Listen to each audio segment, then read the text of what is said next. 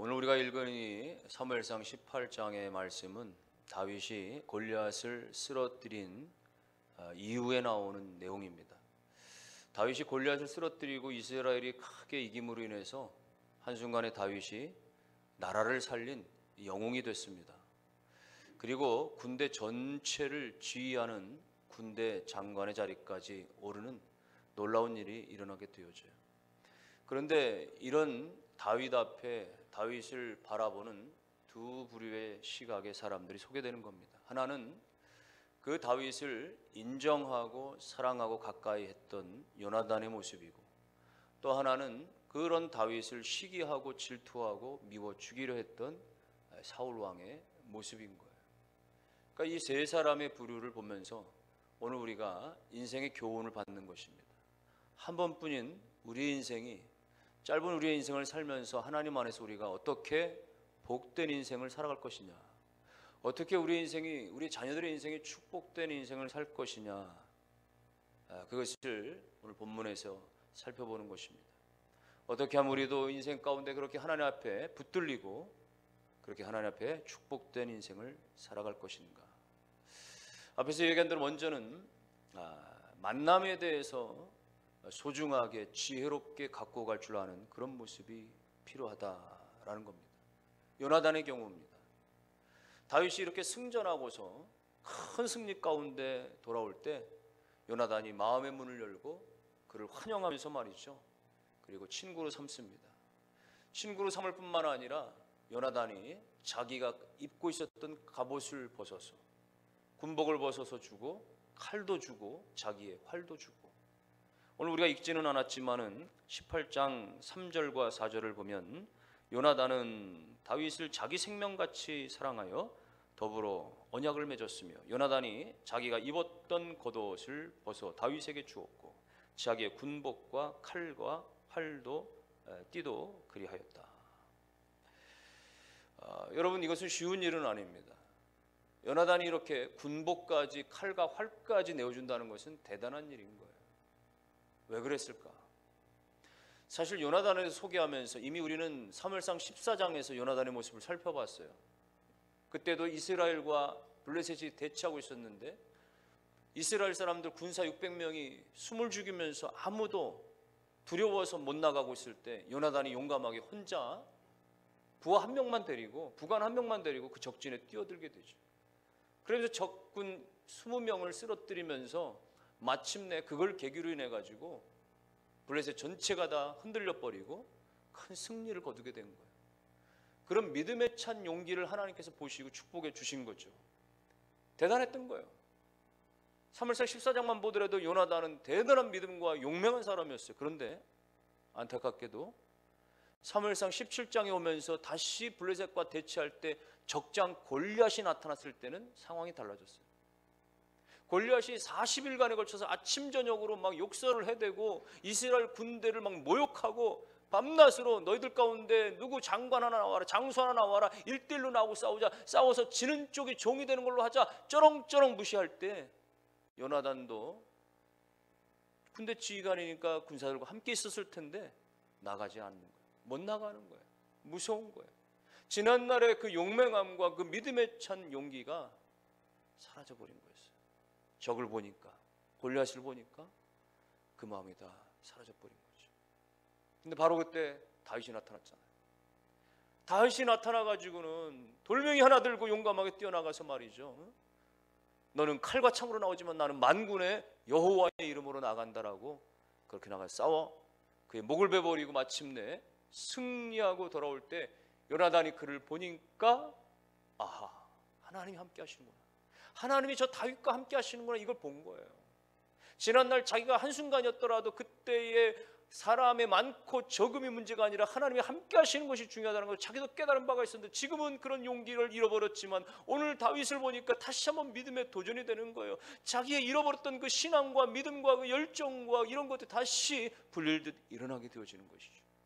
그래서 요나단은 다윗을 소중히 여기고 자기의 칼도 건네주면서 군복도 건네주면서 우리 의의를 맺자, 언약을 맺자, 친구하자. 자기는 왕자예요. 가만히 있으면 저절로 이스라엘의 2대 왕이 될 만한 몸입니다.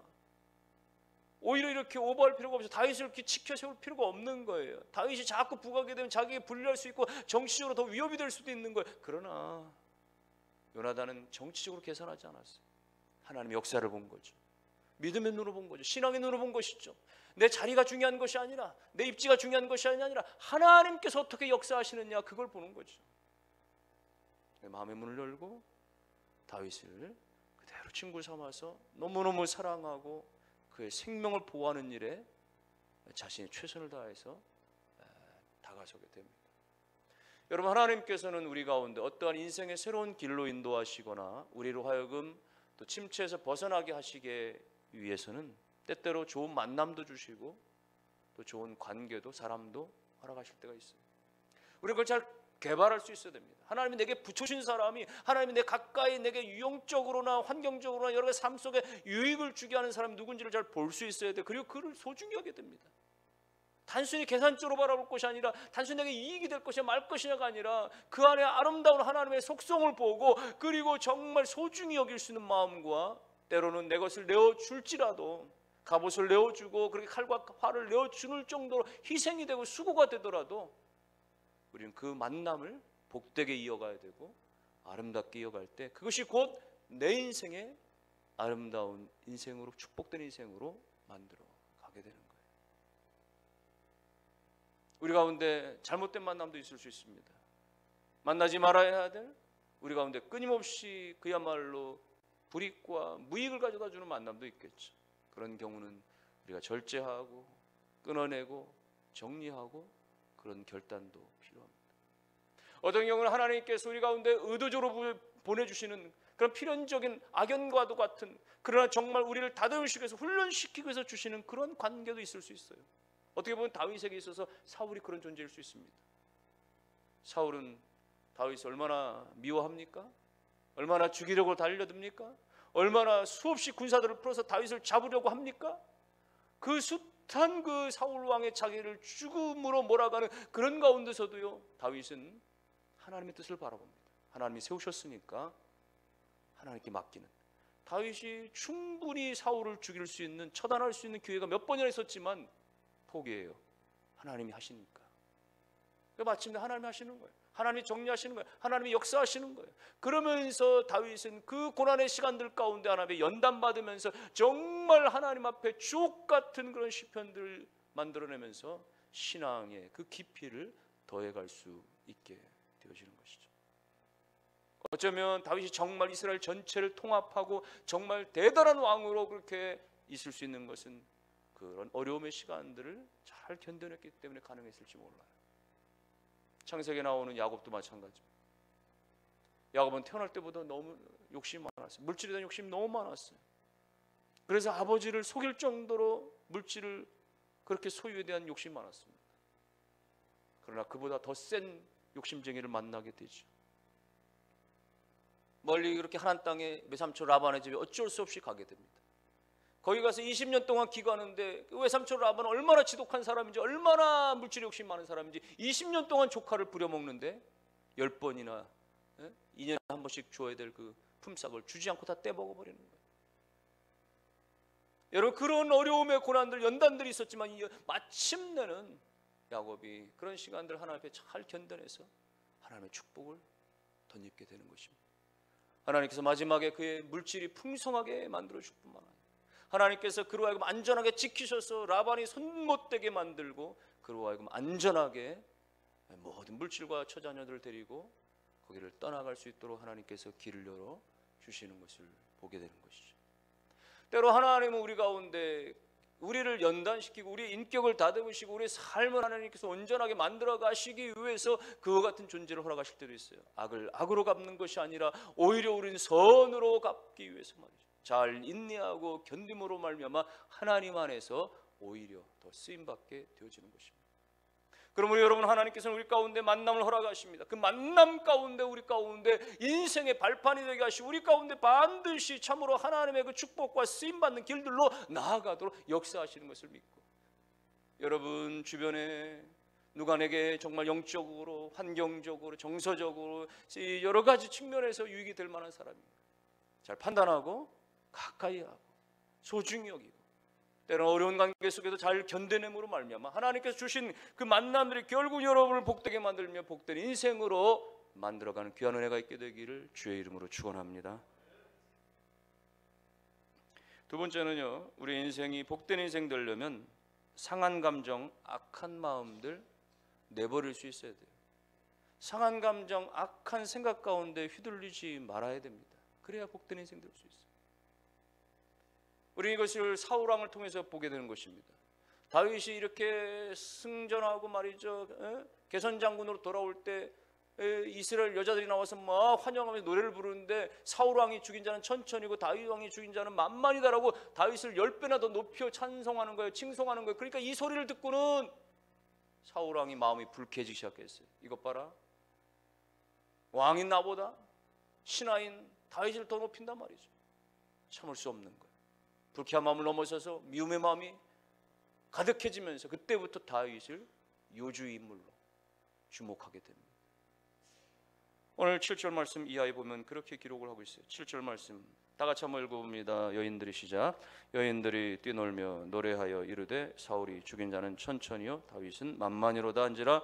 사울이 그 말에 불쾌하여 심히 노하여 이르되 다윗에게는 만만을 돌리고 내게는 천천만 돌리니 그가 더 얻을 것이 나라 말고 무엇이냐 하고 그날 후로 사울이 다윗을 주목하였다.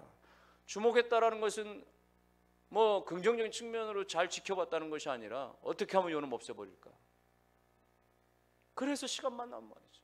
미움이 가득하다 보니까 상대하고 비교하면서 하나님이 자꾸만 이 다윗에게만 함께하고 다윗이 자꾸 잘되고 승승장구하는 거 보니까 말이죠, 두려운 거예요. 불안한 거예요. 괴로운 거예요. 그래서 그 상한 마음, 그 악한 감정을 없애버리지 못하고 어떻게 하면 죽일까 말이에요. 어느 날 그 분노에 찬 감정을 이기지 못해서 창을 집어들었습니다. 다윗을 향해서 2번이나 던졌어요. 다윗이 날래게 도망을 쳐버리긴 했지만은 그 이후에도 그는 그 분노를 사귀지 못하고 어떻게 하면 다윗을 찌그러뜨릴 것인가 말이죠. 원래는 군대 장관이었는데 강등시켜버렸으면 너는 1000명만 통솔해라. 1000부장으로 깎아내렸습니다. 그리고 외딴 곳으로 이렇게 파견시켜버렸어요. 그러나 그래도 하나님이 다윗과 함께 하시니까 1000부장을 지내든 전군 지휘관이 되든 하나님이 그때그때마다 역사하시니까 군사들에게 백성들에게 칭송을 받고 인정을 받고 다윗이 그렇게 되는 거죠. 사울이 더 이상 자기 손으로는 다윗을 죽일 만한 방법이 없으니까 이제는 또 꾀를 씁니다. 내 딸을 줄 테니까 너는 가서 블레셋 사람들 100명을 죽이고 그 껍질을 벗겨 와라 말이죠. 이거는 가서 싸우다 죽으란 얘기죠. 100명과 싸우다 죽으란 얘기죠.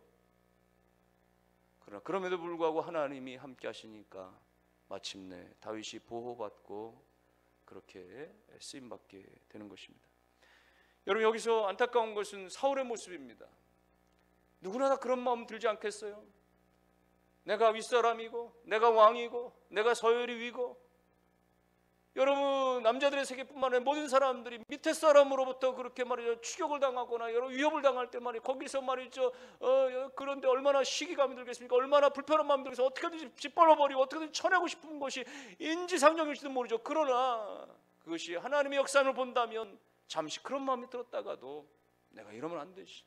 오늘 요나단과 같이 이건 하나님의 역사니까 하나님이 함께 하시는 거니까 내가 관여하고 내가 간섭하고 내가 좌우하되었을 것이 아니다라고 우리가 생각해야 되죠.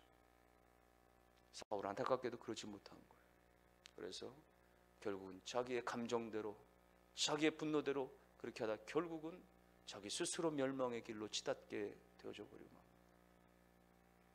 여러분, 비교라는 것이 그렇습니다. 누군가와 나를 비교하는 데서부터 그렇게 열등감이 휩싸기 시작하면 그것은 곧 미움과 분노로 치달아 자기 파탄 멸망으로 치닫게 되어지는 거예요. 창세기 4장에 나오는 가인과 아벨의 이야기를 보면 하나님이 아벨과 그의 제사를 받으시고 하나님이 가인과 그의 제사를 받지 않으셨다고 말씀했어요. 가인이 이것이 불편했어요. 왜 내 제사 안 받으시지? 왜 동생의 제사만 받으시지? 하나님의 원망의 마음이 들었습니다. 그 원망의 마음은 곧 비교가 되어지면서 아벨 동생을 향하게 되었어요. 미워졌습니다. 죽기도록 미운 마음이 들기 시작했어요.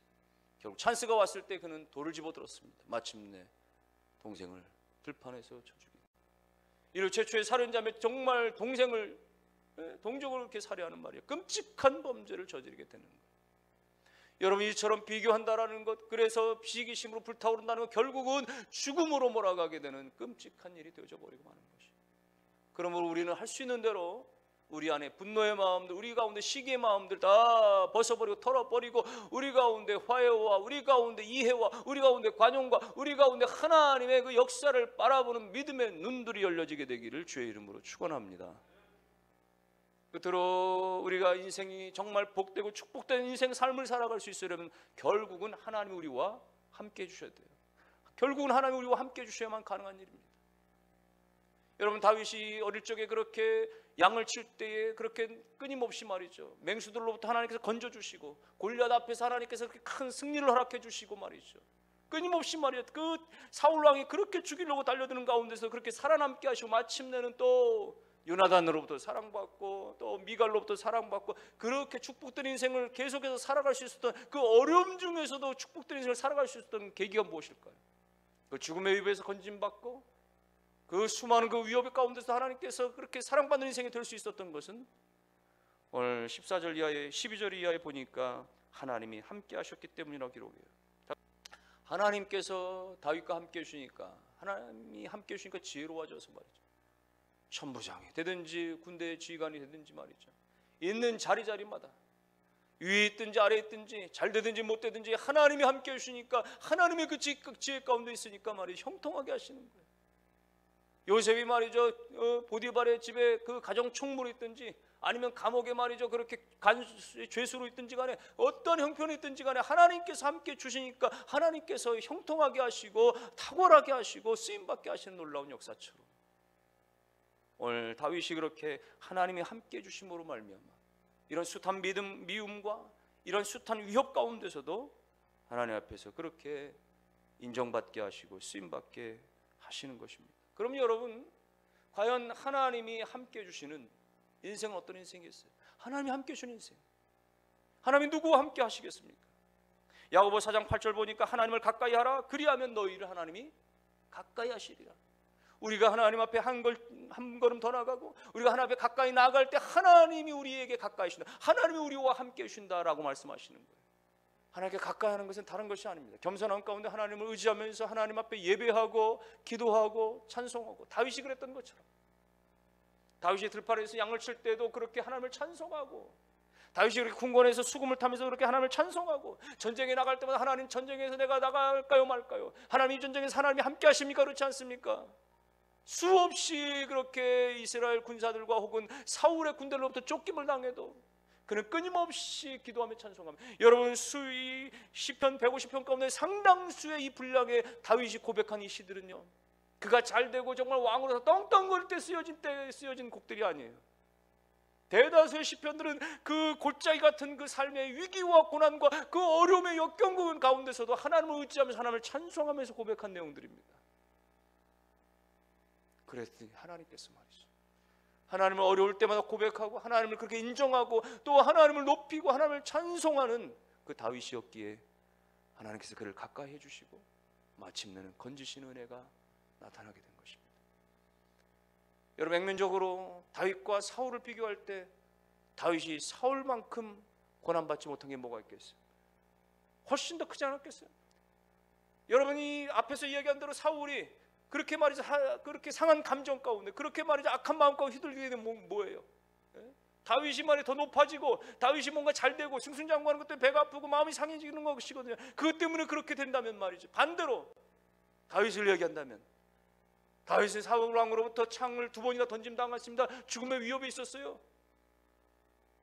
군대 지휘관이 있다가 막 하루아침에 말이죠, 천부장으로 강등당하는, 마치 실직을 당하듯이, 마치 한직으로 쫓겨나듯이 말이죠, 그런 존재가 되어버렸습니다. 그는 말이 당당하게 왕의 첫 딸 메립이라고 딸을 말이죠, 아내를 얻을 수 있었지만 왕이 주지 않았어요.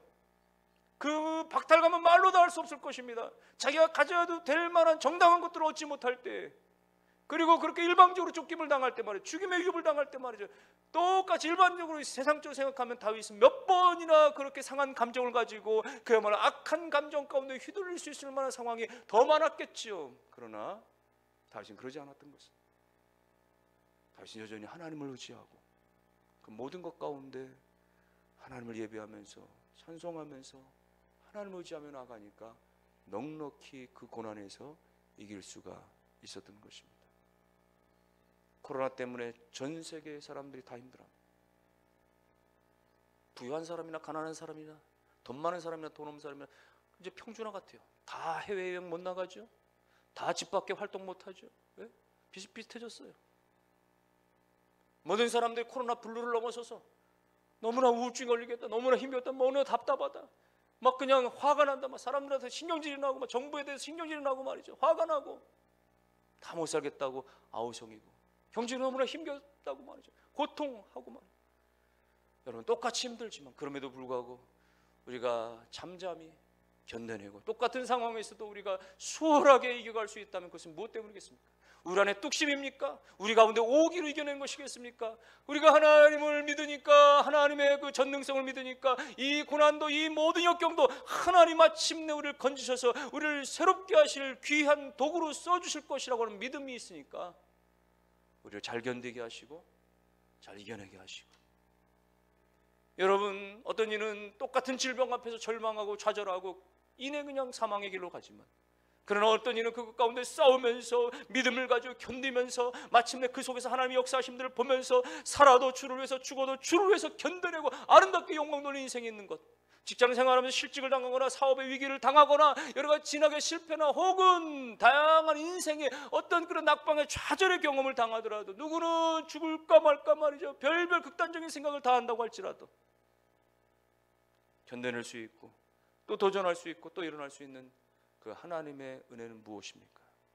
하나님께서 우리 가운데 영혼을 보게 하시고 믿음을 갖게 하시고 신앙을 갖게 하시니까 하나님 안에서 다시 일어나게 하시는 축복의 역사 있게 되는 줄로 믿으시기를 주의 이름으로 축원합니다. 그러므로 우리가 하나님 앞에 가까이 나가는 거예요. 찬송하며 기도하며 예배하며 가까이 나갈 때 하나님은 예배하는 자를 찾으신다. 다른 그 어떤 이들을 가까이 하시는 것이 아니라 예배하는 자들을 찾아와 주시고 만나 주시고 그들 가운데 은혜를 베풀어 주시는 그 하나님이심을 믿고, 오늘 인생의 세 사람들 만남을 주셨을 때 하나님 앞에서 감사하며, 우리가 그냥 한 사람 한 사람의 관계를 무시하고 대충 하는 것이 아니라 이 한 사람과의 진중한 만남과 그 이 한 사람을 내가 소중히 여기고 내가 배려하고 내가 정말 경청하고 내가 최선을 다해서 내가 배려하고, 그래서 마침내 그 사람을 통해서 내가 도전도 되어지고 힘도 되어지고 위로도 되어지고 그야말로 그 사람 속에서 하나님의 역사를 같이 보는 역사들. 반대로 사울과 같이 그렇게 누군가 비교하면서 절망 가운데 휩싸여서 그렇게 사악한 감정과 상한 감정 가운데 살아가는 것이 아니라 겸손히 하나 앞에 나아가심으로 말미암아, 하나님을 의지함으로 말미암아 하나님이 우리를 덮으시며 함께 하시는, 그래서 여러분 모든 생애가, 여러분의 자녀들의 생애가 날마다 하나님의 손에 붙들리는 복된 인생 되시기를 주님의 이름으로 축원합니다.